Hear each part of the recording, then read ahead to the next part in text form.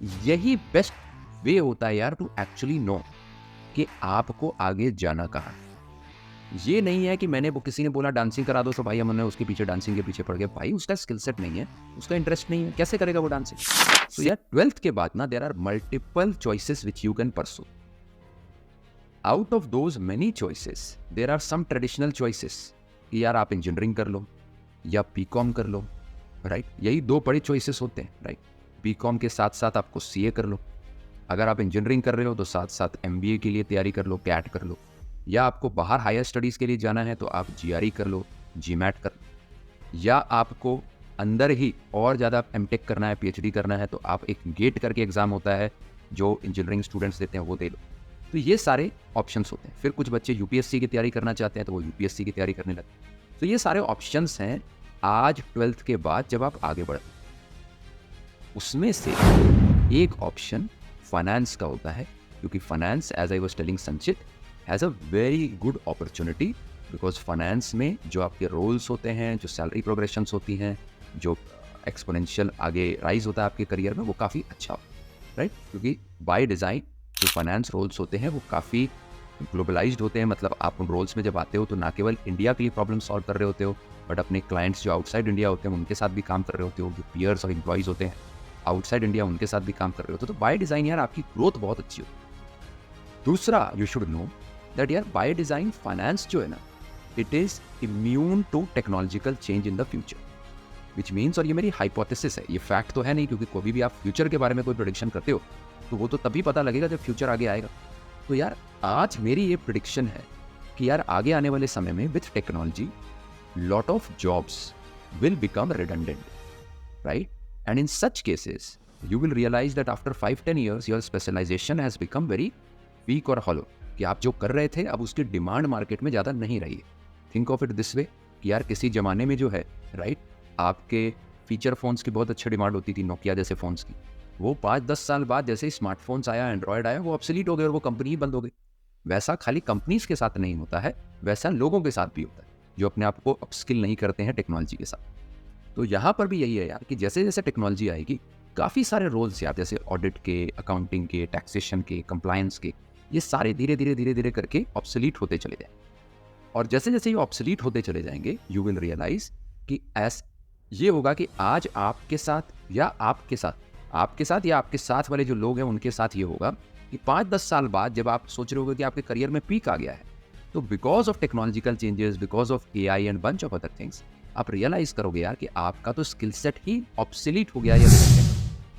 That is where यार I am a firm believer कि जो लोग फाइनेंस के फ्रंट एंड रोल्स में रहेंगे, जैसे investment banking, equity analysis, portfolio management, risk analysis, corporate finance manager, ये जितने भी जो है हेज फंड मैनेजर, ये जितने भी जो आपके फाइनेंशियल एनालिस्ट रोल्स हैं, जिसमें सीएफए आपको डालता है after you are done with your CFA, right? ये सारे रोल्स जो हैं, they are immune to technological changes because they involve a lot of human intelligence.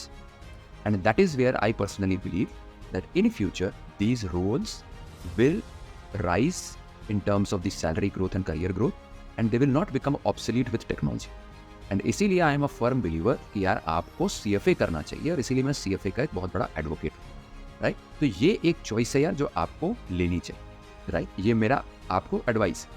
अब आप ये लेते हैं, नहीं लेते हैं, कैसे लेना चाहिए, कैसे सोचना चाहिए, क्योंकि आपने पूछा कब एग्जाम देना, ये अभी के लिए आप सब चीज़ भूल जाइए। मैं आपको simple, I give you one simple example of my child.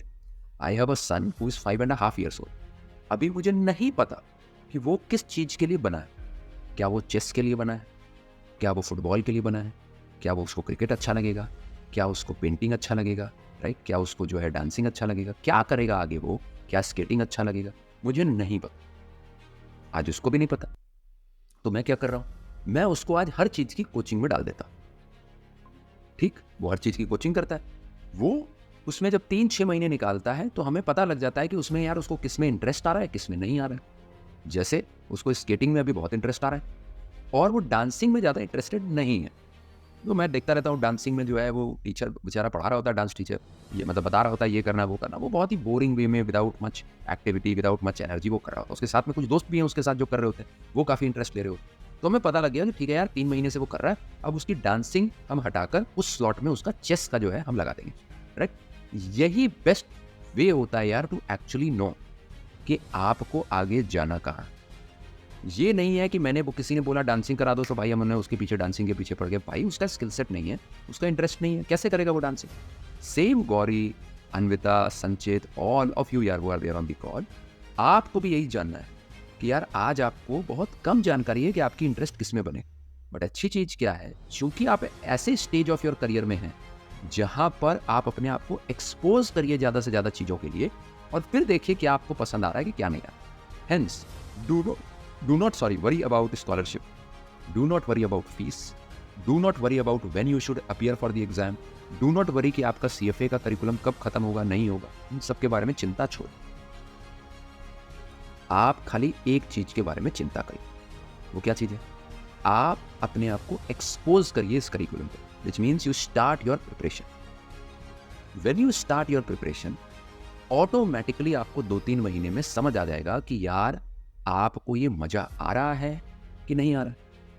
अच्छी बात क्या है, जिस तरीके से मैं आपको प्रैक्टिकल एग्जाम्पल रियल लाइफ में, जो मेरे बेटे के साथ कुछ एग्जाम्पल दिए, कुछ पॉलिटिक्स के एग्जाम्पल दिए, कुछ आपको कॉलेजेस के एग्जाम्पल दिए, रियल लाइफ एग्जाम्पल देके आपके सवाल में समझा रहा हूँ। Similarly I have explained real life these concepts of CFA with real life examples, practical business and finance examples, so that when you go through this curriculum, whenever you find some new topic like say physical deficit, I will refer to real example of how physical deficit is referred in the budget presentation by finance minister, and boss वहाँ पर कैसे वो concept real life में related है, and so on and so forth। ऐसे ही अलग अलग examples हैं, वो कैसे कैसे related है real life में, वो मैं समझाता हूँ। Similarly, I explain lot of these concepts in Excel, so that you are also getting ready for your real practical world कि अच्छा यार कल को ये concept माने खाली एग्जाम के लिए थोड़ी लगाने। I am also preparing this for the real financial world where I will pursue my job, so hence वहाँ पर वो कैसे लगाने हैं वो आपको मैं सिखाता हूँ। तो उससे क्या है कि आपकी प्रिपरेशन बहुत एक्साइटिंग तरीके से होती है। जैसे ही 2-3 महीने बीतेंगे, you will get to know कि आपकी प्रिपरेशन अच्छी जा रही है कि नहीं जा रही, आपको ये करिकुलम में मजा आ रहा है कि नहीं आ रहा है।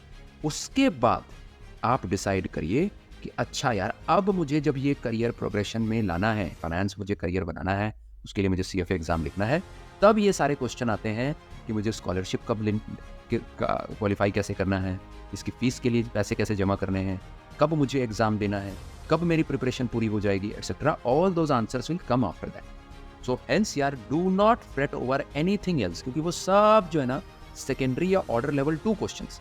ऑर्डर लेवल 1 क्वेश्चन है कि क्या आज आपको पता भी है कि आपको ये करना है, राइट? और अगर पता भी है तो आपको कैसे पता कि आपको ये एग्जाम कब लिखना चाहिए, जब आपको यही नहीं पता कि आपकी तैयारी कब तक हो जाएगी। एंड हेंस यार this is very very important for you to pursue or approach this entire thing in this way. Otherwise, just me telling you some answers कि अच्छा जी इस डेट को दे दो एग्जाम, इतने महीने लगेंगे प्रिपेयर करने में, etcetera etcetera, that is me telling you from my perspective. आपको अपना परस्पेक्टिव खुद बना। Friends, if you have reached this far, I just want to thank you from the bottom of my heart. I hope you liked this session, right? And I'm sure it would have given you a lot of insights of how CFA can help you flourish in your career. Please share this and subscribe to the channel so that you don't miss out on any updates. Thank you again so much for attending this entire session. Bye bye. Thank you.